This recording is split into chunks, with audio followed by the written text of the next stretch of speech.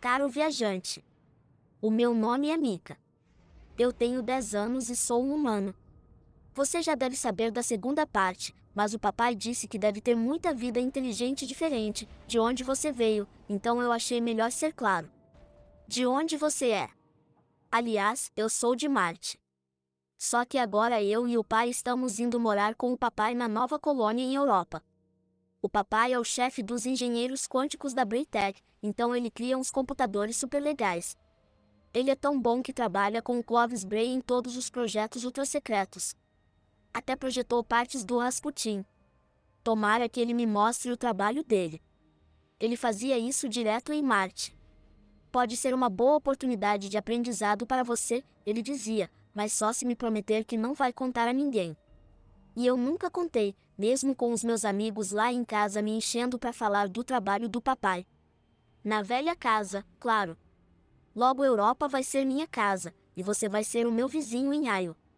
Queria que a gente pudesse passar por você no caminho, para eu te ver de perto, mas, ao caso, essa é a colônia, precisa de suprimentos e meu pai precisa começar a trabalhar para já.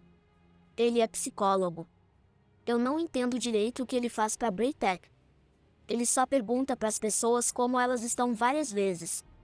Talvez precisem dele para treinar uma mente bélica, igual a doutora Anna Bray. Só que em vez de linguagem, ele pode ensinar a IA a analisar os próprios sonhos. O pai sempre provoca o papai, dizendo que é bem mais difícil trabalhar com um cérebro humano do que com um disco rígido. Talvez o papai tenha botado ele num dos projetos para provar quem é que tem razão. Aliás, o que você tem? Um disco rígido ou um cérebro? Você é uma IA feito um Rasputin? Você já conversou com ele alguma vez? Desculpa se as perguntas forem intrometidas. Meu pai diz que eu sou mega curioso e que isso é positivo, mas que eu preciso aprender quando parar de perguntar. Não é justo, porque ele me faz perguntas o tempo todo. Tipo agora, perguntou o que eu estou escrevendo. Então é melhor eu criptografar isso aqui rapidinho e partir. Eu escrevo mais depois.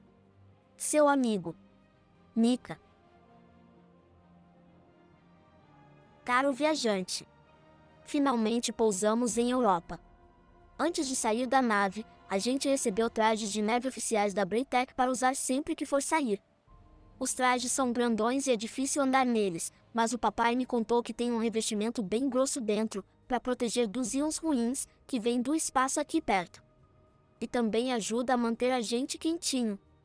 Sabia que de noite, pode chegar a fazer 140 Kelvin de frio? Por que será que Clovis Bray quis construir o caso aqui? Quando você está terraformando o Aio aqui do lado. Mesmo que você ainda não tenha terminado, deve ficar bem melhor. Mas enfim, que bom que a gente veio. Eu fiquei tão feliz de rever o papai que até quase chorei, mas não cheguei a chorar. Uma vez, no caminho até me esqueci do rosto dele. Não importava o quanto eu tentasse, não dava para enxergar o rosto na minha mente. Foi horrível. Ele deixou uma barba crescer, então ficou meio diferente. Eu gosto, mas o pai diz que é como beijar um urso polar. O papai disse que o pai vai deixar uma barba crescer também, quando perceber como aquece bem o rosto. Logo você vai ter 2 pais ursos polares, Mika. Mas, por enquanto, eu só tenho um pinguim. De brinquedo, não de verdade. Eu acho que estou velho demais para certos brinquedos, mas o papai disse que é um presente do Clovis Bray. Uma lembrança para suas futuras aventuras árticas. E ainda veio com um mini traje de frio com escudo de íons, como o que eu tenho que usar. Ele tem um visual bem bacana, então acho que vou ficar com ele. Você conhece ursos polares e pinguins? Antes de você chegar, eles viviam nos 2 polos da Terra, que tinham climas bem parecidos com o de Europa. Mas a nossa tecnologia era tão ineficiente que envenenou o ar da Terra e matou várias espécies de plantas e de animais. Foi tipo o contrário de terraformar. Eu vou batizar o pinguim de Mihailova, em homenagem à aeronauta cientista de Ares 1. Você se lembra de conhecer ela, Had e Kial? Consegue ver os rostos deles na sua mente? Já faz um bom tempo, muito antes de eu nascer, mas você está aqui já faz tanto tempo que um ano humano deve ser tipo um minuto para você. Se for verdade, então espere me ver, só que crescido e com uma barba, em Aio, no segundo depois que receber essa carta. Ainda não sei bem como eu vou mandar essas cartas. Talvez me deixem usar um satélite bélico. Eu sei que eles servem para eliminar ameaças graves coisa e tal, mas quantas dessas será que tem? A gente vive numa era dourada. Seu amigo. Mika. Caro viajante. Já faz uma semana que a gente chegou e até agora, achei o caso bem chata. Com a neve e o perigo dos íons ruins no ar, a colônia quase toda fica aglomerada num só prédio subterrâneo. Os únicos que podem sair sem permissão especial são o pessoal da manutenção e os Ezos. Ah é? Nem acredito que ainda não falei dos Ezos. Eles conseguiram, o Clovis Bray, o papai e todos os cientistas da Braytech criaram IAs ambulantes, falantes em forma de gente. Eu até cheguei a ver um quando o papai fez um tour da colônia com a gente.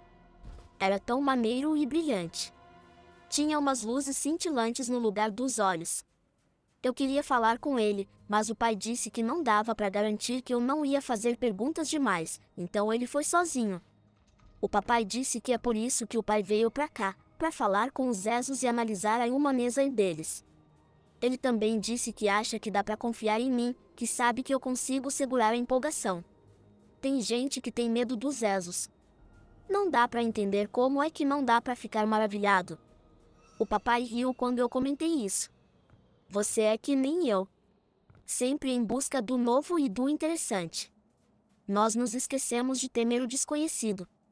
Mas ele logo parou de rir e ficou sério. Às vezes isso pode nos meter em enrascadas. É por isso que temos gente como seu pai, para equilibrar. Foi aí que o pai voltou, parecendo meio preocupado. Ele não podia dizer nada, por causa do sigilo entre médico e paciente. Bem irritante. É o que ele sempre diz. Só que dessa vez nem fez sentido, porque eles não são pacientes de verdade. Antes que eu pudesse comentar, o papai me perguntou se eu queria ver como é dentro da fábrica. E eu queria, lógico. Então fomos até a doca de carga para dar uma olhada. Eu não consegui ver muita coisa, mas era bem maneiro. É para isso tudo ser segredo, mas acho que não tem problema te contar. É por sua causa que a gente pode fazer isso tudo, afinal. Seu amigo. Mika. Caro viajante. Nem acredito que só faz um mês que a gente veio. É muito chato ficar dentro desse complexo o dia todo. Cada dia é igual.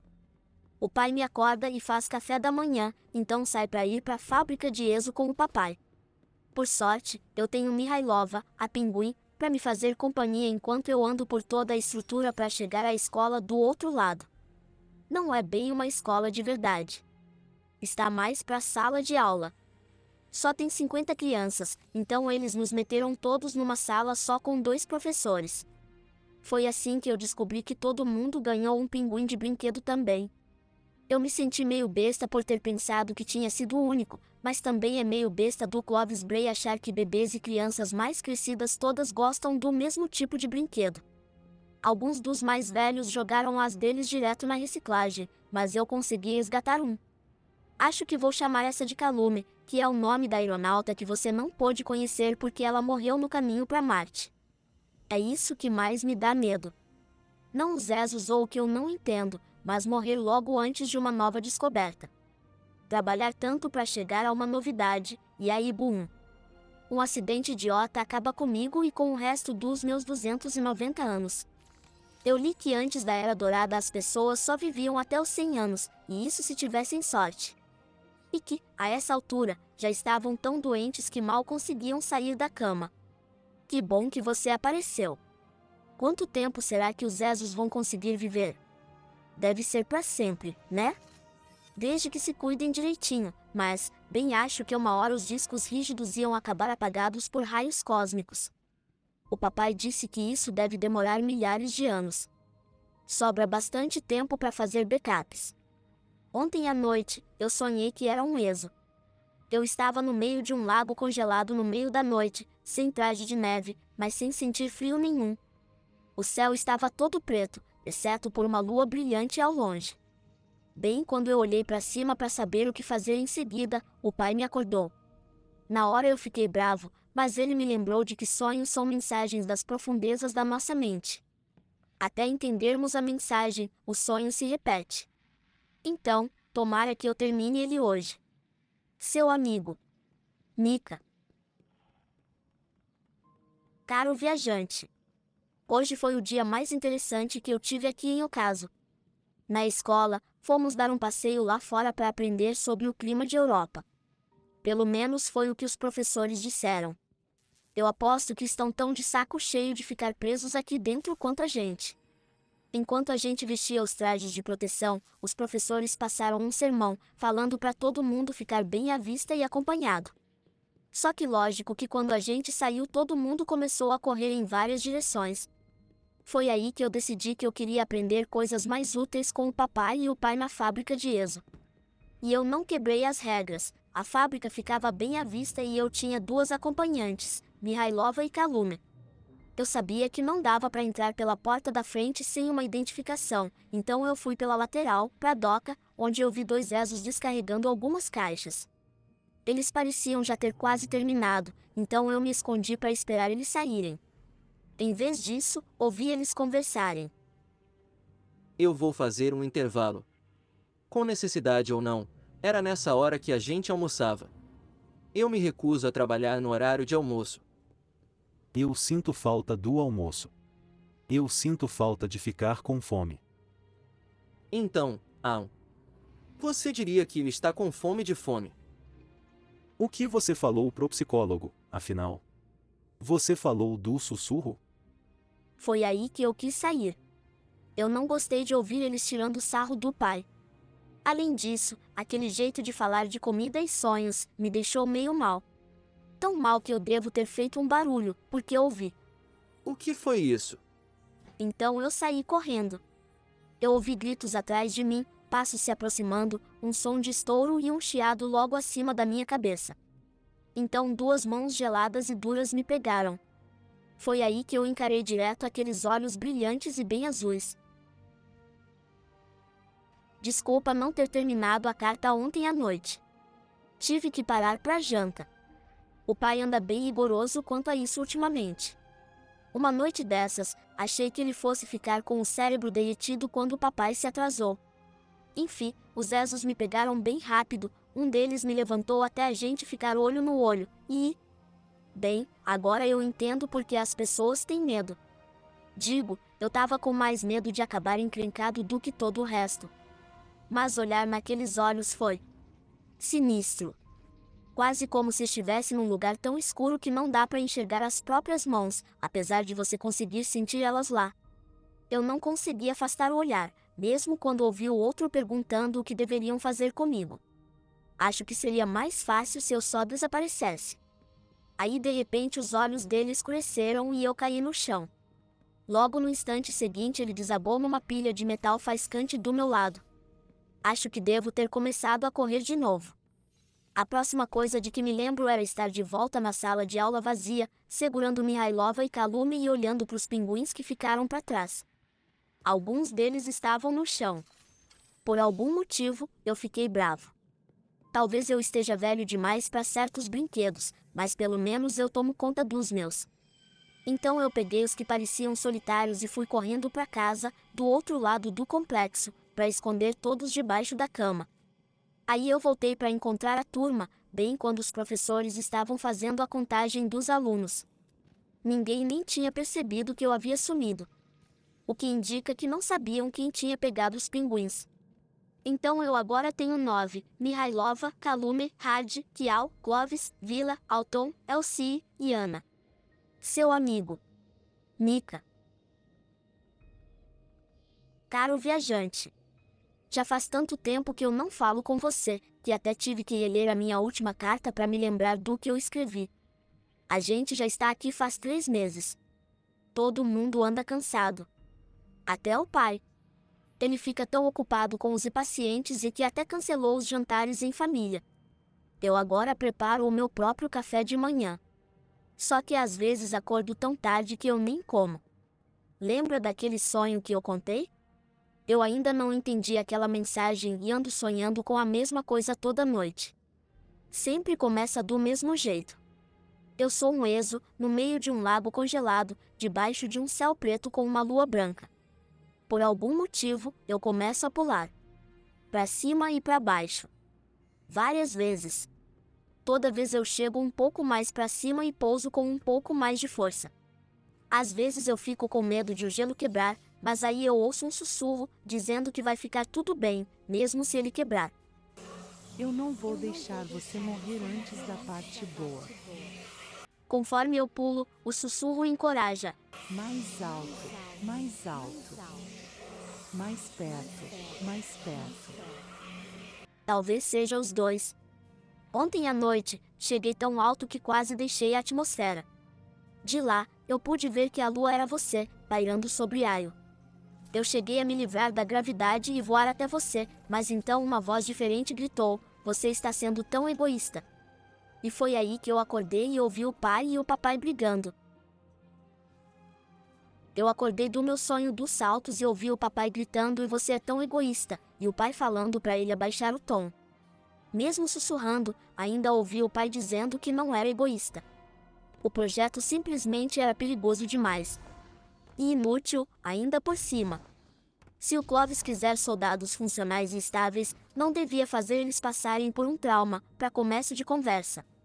O papai disse que a ideia não era evitar trauma, mas preparar para ele. Que devíamos conseguir nos proteger sem depender de você, viajante. Que algo mais poderoso poderia aparecer ou que você poderia se voltar contra a gente. O que me deixou mal de novo. O papai sempre me falou de quanta coisa você deu pra gente, sempre comentou como a gente devia devolver o favor aprendendo, explorando e ampliando a Era Dourada em mais milhares de anos.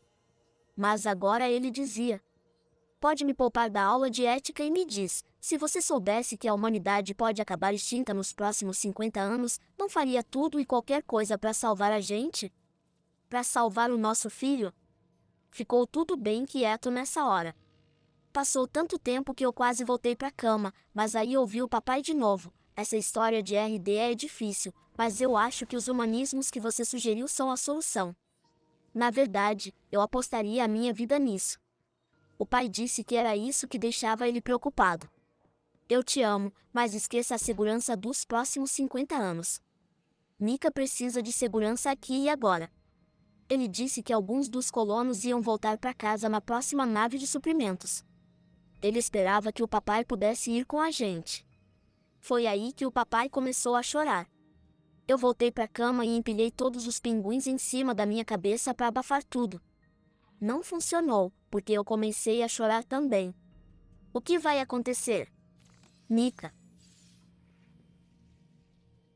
Caro viajante. Esta vai ser a minha última carta para você. Talvez você nem receba nenhuma delas mesmo. Mesmo se agora eu soubesse como, não sei se chegaria a enviar. Não sei muita coisa agora.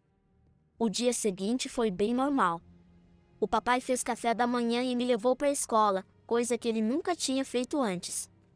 Acho que tinha medo de que eu tivesse ouvido a briga, porque pediu desculpas por trabalhar tanto. Então me perguntou se eu gostava daqui. Eu não sabia bem o que dizer, então disse que sim, mas que sentia falta de Marte. Acho que isso deixou ele triste mesmo assim, porque pediu desculpas e disse que passaria menos tempo trabalhando. O pai anda trabalhando ainda mais. No começo, eu pensei que fosse porque ele poderia ter mudado de ideia quanto a ir embora. Mas agora já faz uma semana que eu não vejo ele, e eu estou com uma dor tremenda na barriga. O que parou foi o sonho. Anteontem eu até que enfim me livrei da gravidade de Europa. Ao pairar até você, o sussurro me seguiu. Tem certeza de que sabe o que acha que sabe. Eu acordei antes que pudesse chegar perto de você. E ontem à noite, eu não consegui sonhar nada, então eu devo ter entendido a mensagem. Mas só consigo pensar nessas palavras. Tem certeza de que sabe o que acha que sabe? Hoje cedo, o papai me contou que o pai anda dormindo na fábrica, porque anda ocupadíssimo, mas que logo ele deve conseguir uma folga. E aí vamos passar o dia todos juntos, em família. Não sei bem, mas acho que ele está mentindo. Amanhã, a nave de suprimentos vai partir para Marte, e eu quero ir. Então eu preparei a mala. Assim que o papai for dormir, eu vou vestir o traje de proteção e sair para buscar o pai. Não me importa se eu topar com um exército de Esos. Talvez eu leve Mihailova fora da mala e carregue ela na mão, para ter mais um apoio. É besteira, mas eu não sei mais o que fazer. Adeus, Mika. Bem acima da última cidade, intocado numa das muitas alcovas da torre, Cade 6 folheia um livro antigo. Colhido da biblioteca do porta-voz, o livro se adelgara com o tempo. Pelo menos, é o que ele acha, e por isso vira cada página com todo o cuidado. Seu tato é apurado. É certo que seus dedos de metal têm circuitos suficientes para dar tiros certeiros, mas até o toque de um gatilho sensível pode rasgar o papel quebradiço. Cade para numa página. Se contos e cantigas de marujos, tormentas e aventuras, calor e frio. De repente, uma lufada de vento gelado quase arranca o livro das mãos de Cade. Pro inferno com esse cubo de gelo inóspito, grita ele, quase caindo no chão. Ele se equilibra e respira fundo.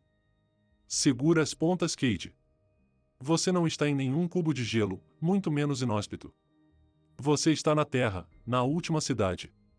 Mas a lembrança fica, como os contornos flutuantes de neon após o flash ofuscante de uma câmera. As planícies branquíssimas de uma lua distante, um sarcófago de gelo e ferro. Sim, essa é a impressão que Cade tem de Europa enquanto carrega um caixote atrás do outro para a doca da fábrica de exociência. Até o céu ficou cinza, colorindo tudo com uma luz enfadonha e entorpecente. Um céu de alerta, ele pensa. Os marujos tinham uma rima para isso, não tinham? De qualquer maneira, é desmotivante para um ambiente de trabalho. Cade senta-se num caixote. Vou parar um pouco, anuncia. Com fome ou não, era nessa hora que a gente almoçava. Eu me recuso a trabalhar em horário de almoço. Ao lado dele, Knox, 4, suspira de alívio e saudade. Sinto falta do almoço. Sinto falta de ficar com fome. Cade abre o sorriso mais largo que seu rosto mecânico permite. Diz monótono, caprichando na imitação de Dr. Abrams. Quer dizer que você tem fome de fome? Knox solta uma gargalhada. Cade dá uma risadinha. Não foi tão engraçado assim. Mas quanto mais o amigo ri, mais ele acompanha. Logo, estão os dois abraçados, uivando. Aos poucos, a alegria vai minguando. O que você conversa com o psicólogo, hein? Pergunta Knox. Você fala do sussurro? Cade balança a cabeça. Antes que consiga debochar de psicólogos inúteis, o sussurro tilinta dentro de seu crânio metálico. O céu da manhã é vermelho, alerta para os marujos. Mas você não é nenhum marujo. Da doca de carga, vem um gemido. Um instante depois, uma figura miúda, em trajes de neve, sai correndo aos trancos até o outro lado da fábrica. Cade e Knox gritam e correm atrás do bisbilhoteiro. Cade, que ainda não é um grande atirador, se atrapalha sacando a pistola Braytech, faz uma mira trêmula e...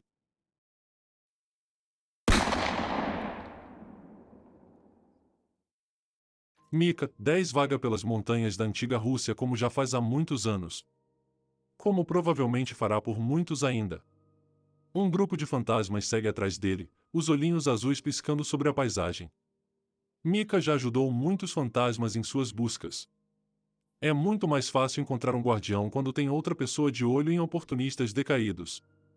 Se bem que ele também gostaria de ser ajudado às vezes. Qual é a dificuldade de achar uma nave funcional? É bem difícil quando você precisa que a tal nave viaje muito além da atmosfera, possivelmente até os jovianos. Porque enquanto seus companheirinhos buscam pelo futuro, Mika tem os olhos brilhantes voltados firmemente para o passado, na cripta da Pedra Profunda. Antes, ele achava que a cripta estava escondida na terra, coberta pelas dunas de neve da Sibéria, mas agora desconfia que está mais longe. Num lugar muito mais sombrio e solitário. Num lugar muito frio, disso, ele tem certeza. Ele já sonhou com a cripta milhares de vezes, lutou milhares de batalhas no Campo Dourado abaixo da Torre Negra. E a cada 50º sonho, em pleno caos, um velho repousa uma mão paternal no ombro dele e diz: você só precisa se aclimatar. Aqui faz mais frio do que em Marte. A cada 100ª vez, ele entra na torre e encontra um outro homem sentado numa poltrona, escrevendo num caderno. Sonhos são mensagens do seu inconsciente, ele o relembra. Enquanto você não decifrar a mensagem, o sonho se repetirá. Toda santa vez, não importa quem veja ou o que ouça, Mika 10 acorda sentindo que algo o atrai para o espaço. Ele tenta se convencer de que um ímã interno deve ter se soltado e xinga seus fabricantes. Nos humanos, as sensações são uma forma de comunicação, uma conexão entre a mente e o físico.